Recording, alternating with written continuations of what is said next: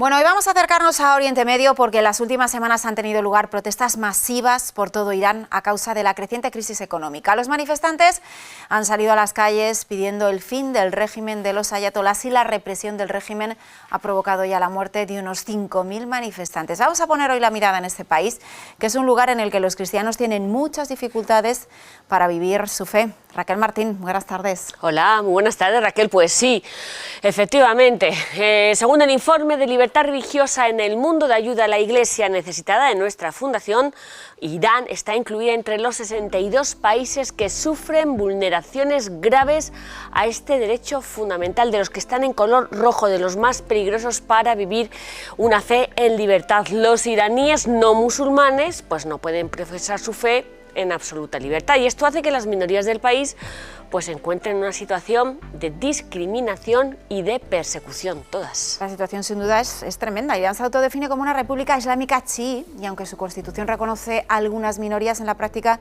hay muy pocos márgenes para practicar otras religiones. Hoy queremos comprender mejor la situación de esas minorías en Irán, especialmente la de los cristianos, todo ello como siempre de la ayuda de mano de ayuda a la Iglesia necesitada. Y es que, Raquel, los cristianos, como dices, en este país representan solo, atención, el 0,8% de la población iraní, una minoría, y cada día se enfrentan pues a varios desafíos para mantener su fe en un país donde se sufre un clima de discriminación y de persecución sistemática. Y como dices, vamos a hablar de este país con Javier Gil Guerrero, que es investigador y profesor de Relaciones Internacionales de la Universidad de Navarra y autor del libro La sombra de la Ayatolá. Muy buenos días, Javier, bienvenido, gracias por estar en esta sección de ayuda a la Iglesia necesitada. Muy buenos días. Bueno, vamos a empezar con la primera pregunta, la más fundamental. ¿Qué está pasando en Irán? Sí se sabe. ¿Y cuál es el clima social en este país en estos momentos, Javier? Bueno, en Irán ahora mismo nos encontramos en un periodo tremendo de contestación social y también en un periodo brutal de represión para sofocar estas protestas. La gente ha salido a las calles, espoleada por la mala situación económica del país, por una inflación galopante, pero unido a este descontento con la mala situación económica, tenemos también un hartazgo con el régimen político de la República Islámica de Irán. Su incapacidad de reformarse, su incapacidad de dar cabida a las demandas de las nuevas generaciones de los iraníes, ¿no? Y este es el último episodio en un ciclo de protestas que viene teniendo lugar desde 2017 y que cada vez es más intenso, cada vez está más extendido entre la población, ¿no? Y las que hemos visto este año son inéditas por su ferocidad y también por la represión ejercida desde la Revolución Islámica de Irán. Bueno, y además, según el informe de libertad religiosa de ayuda a la Iglesia necesitada, en Irán es un país donde no hay libertad religiosa. En este contexto que nos estás dibujando, bueno, ¿cuáles son las causas y qué espacio tienen las minorías religiosas en este país y especialmente los cristianos, Javier? Bueno, lo primero que hay que dejar claro es que en este clima de conflictividad social que estamos viviendo en Irán, pues bueno, las minorías religiosas no importan, ¿no? Nadie está pensando en ellas, no son un factor importante en la política iraní. Lo segundo es, Irán parece que confunde a mucha gente que no conoce bien la realidad del país, por el hecho de que hay unas minorías toleradas que están recogidas en el artículo 14 de la Constitución, que son las llamadas gentes del libro, que son los cristianos, los judíos y los zoroastrianos, a los que se les permite vivir, a los que se les permite conservar sus lugares de culto, a los que no se les exige una conversión forzosa. Pero hay una distancia muy grande entre la realidad que viven esas minorías religiosas en Irán y la libertad de la que gozan los cristianos, los judíos o los musulmanes en Europa, ¿no? Una cosa es que la República Islámica no vaya a comportarse como el Estado Islámico y a destruir y arrasar con los templos de los armenios o de los asirios o las sinagogas judías. Y otra cosa bien distinta es que esas minorías religiosas no estén discriminadas, no estén perseguidas, no sean ciudadanos de segunda, no sean ciudadanos de pleno derecho, ¿no? Uno de los hechos que suelen apuntar para decir que Irán es un país tolerante y que hay libertad religiosa es que dentro de los 290 parlamentarios del Majlis, del Parlamento iraní, hay 5 reservados para las minorías religiosas, 2 para los armenios, 1 para los asirios, 1 para los judíos, 1 para los zoroastrianos. Pero no se dice que a los cristianos, a los judíos, a los zoroastrianos les está vetado ocupar puestos relevantes del gobierno, les está vetado ocupar cualquier tipo de puesto en las fuerzas de seguridad del Estado, en los servicios de inteligencia, en el ejército, en puestos sensibles de la burocracia, de la administración, del gobierno. Todos esos están reservados exclusivamente para musulmanes chiitas, ¿no? Y luego, evidentemente, los cristianos están sometidos, igual que los judíos y los zoroastrianos, a una vigilancia tremenda, ¿no? Hay siempre una suspicacia, una desconfianza hacia ellos, ¿no? De que sean una especie de quinta columna de las potencias extranjeras, ya sea de Israel, de Estados Unidos o de Europa. Javier, algunas de esas minorías religiosas son reconocidas a nivel legal, pero ¿existe realmente una diferencia entre ese reconocimiento legal y la situación práctica en el día a día? Bueno, insisto, si uno viaja a Irán, yo lo he hecho, una de las cosas que le encanta a la República Islámica es, nada más pones el pie en Teherán, es llevarte a la sinagoga para que veas que los judíos están ahí rezando en su templo, llevarte a Isfahán y llevarte a una iglesia armenia para que veas que ahí pueden estar con normalidad. Pero insisto, eso es propaganda, no es la realidad, ¿no? Como también lo es la estación esta del metro que se ha abierto en Teherán dedicada a la Virgen María. Está muy bien una estación de metro, pero eso no borra la discriminación real en el día a día que sufren los cristianos. Pongamos ejemplos. Si un cristiano quiere casarse con una musulmana, no puede hacerlo. Tiene que renunciar a su fe, tiene que apostatar de su fe, tiene que públicamente decir que Jesucristo no es hijo de Dios. Tiene que abrazar a Mahoma como profeta de Dios, ¿no?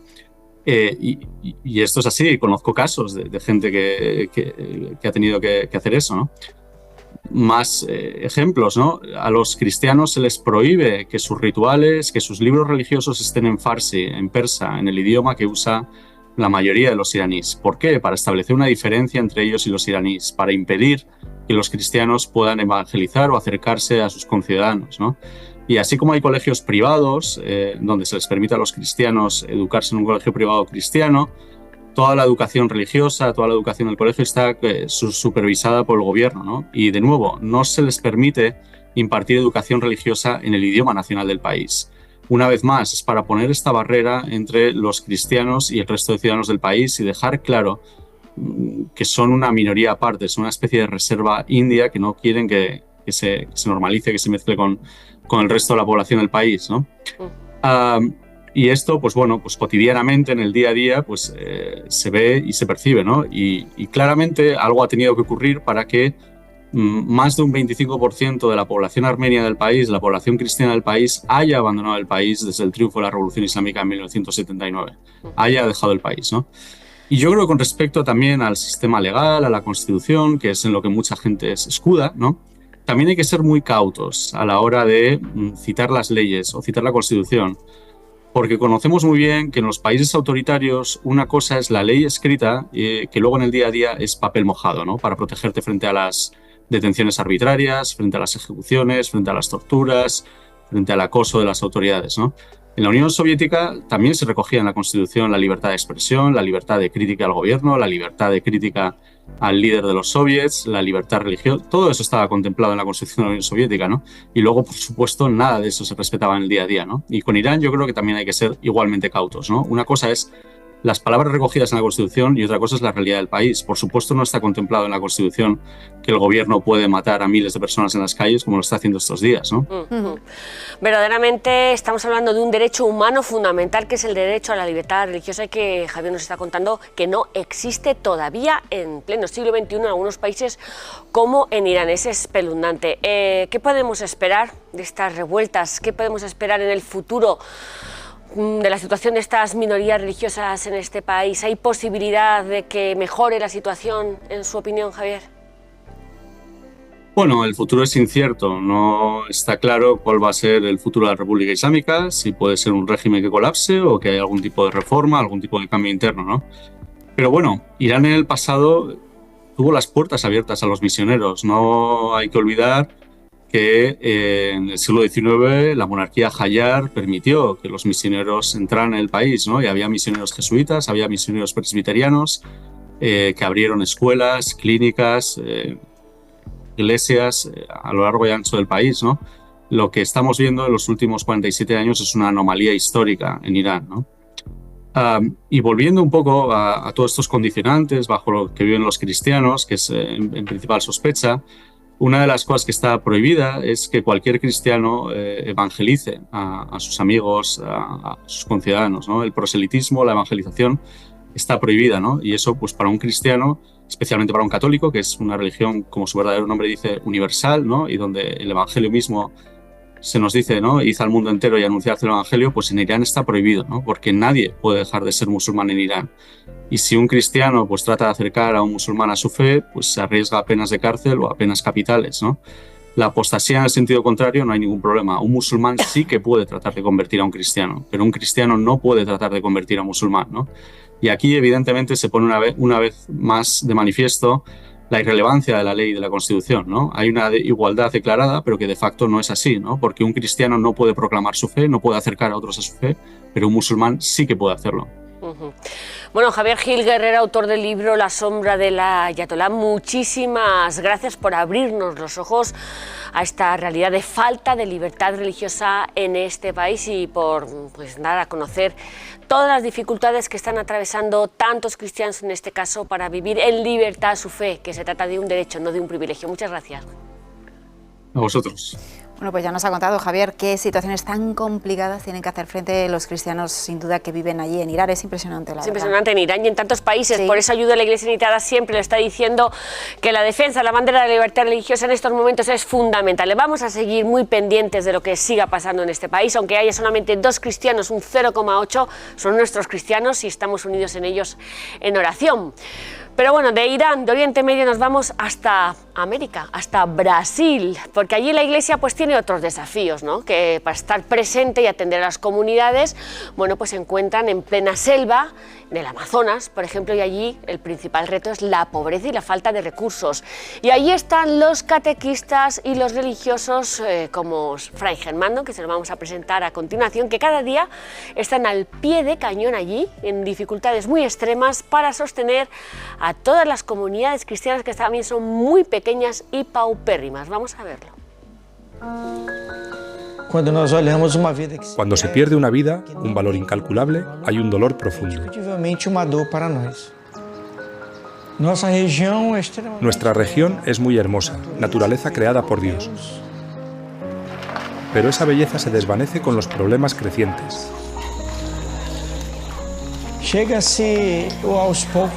Poco a poco llega el llamado progreso. Trae beneficios, pero también graves problemas como drogas y alcoholismo, dentro de una cultura indígena no preparada para ello. Entonces se enfrentan a algo que destruye a la persona y a la familia.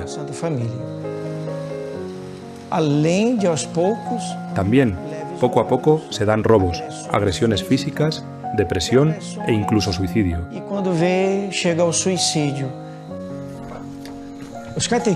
Los catequistas aquí tienen un mandato misionero y llegan a comunidades. Son el único vínculo, la única conexión que tenemos. Somos pocos frailes, a veces 4, ahora solo 3. La mayoría de nuestras comunidades son ticuna.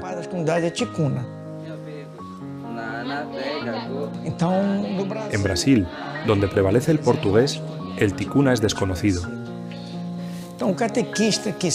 Así que el catequista que habla ticuna nos ayuda a difundir la palabra de Dios, de ticuna a ticuna.